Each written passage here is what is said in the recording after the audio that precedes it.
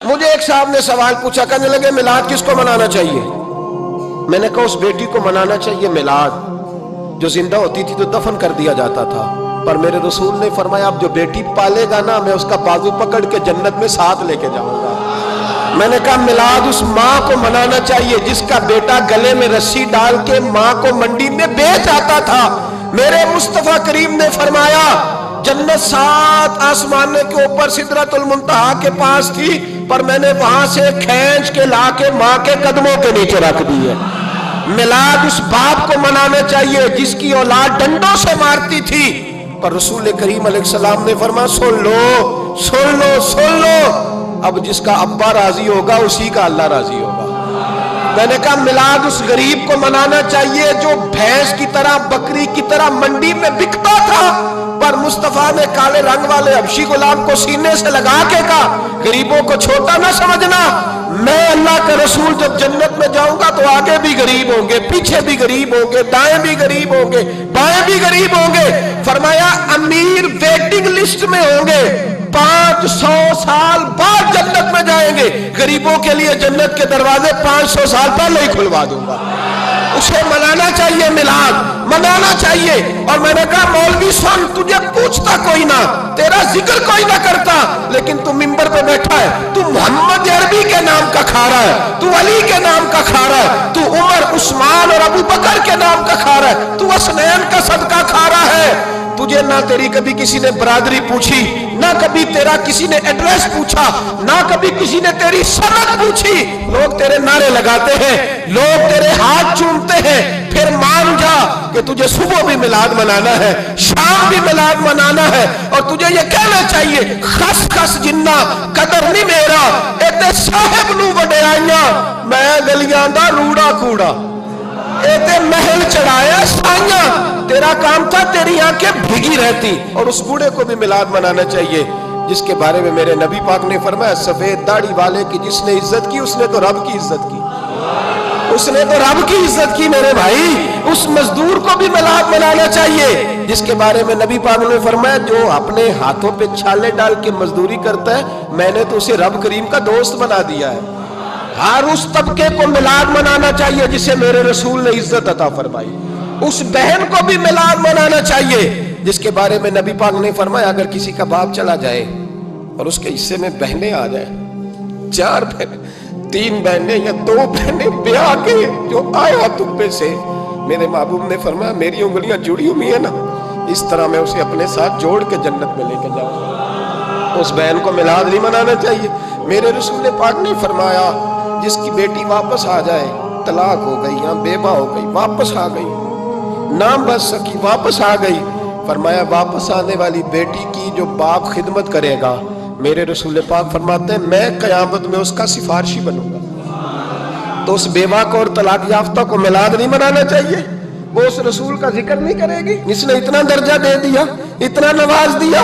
اور تجھے تو صبح و شام میلاد میلاد کرنا چاہیے تھا، تجھے تو صبح و شام درود درود کرنا چاہیے تھا، سلام کے گجرے بھیجنے چاہیے، یا رسول اللہ کہتے تیری زبان جو ہے وہ ہر وقت تر رہنی چاہیے تھی، تو بحث کر رہا ہے، تو اس پہ دلیلیں دے رہا ہے، تو اس پر باتیں کر رہا ہے۔ حضرت عمر سے پوچھنا، حضرت عمر سے، جناب اسامہ بن زید رضی اللہ تعالیٰ عنہ حضور کے غلام تھے، نبی پاک ان سے بڑا پیار کرتے تھے۔ ایک جنگ میں پیسے آئے تو حضرت عمر فاروق رضی اللہ تعالیٰ عنہ نے 25,000 دیا اپنے بیٹے کو، اور اسامہ بن زید کو 50,000 دینار دیے۔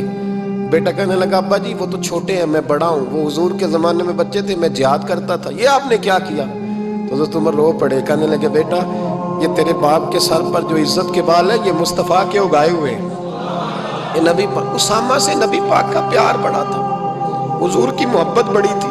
بیٹا اس کے ناک سے ریٹ نکلتی تھی تو رسول پاک اپنے ہاتھوں سے صاف کر دیتے تھے، حضور اس کو گود میں بٹھاتے تھے، میں کیسے بھول جاؤں رسول پاک کے احسانات کیسے۔ حضرت عمر جا رہے تھے تو مکے کے رستے میں ایک تنا آیا، کھجور کا خشک تنا، حضرت عمر نے اس کو بازوؤں میں لے کے رونا شروع کر دیا۔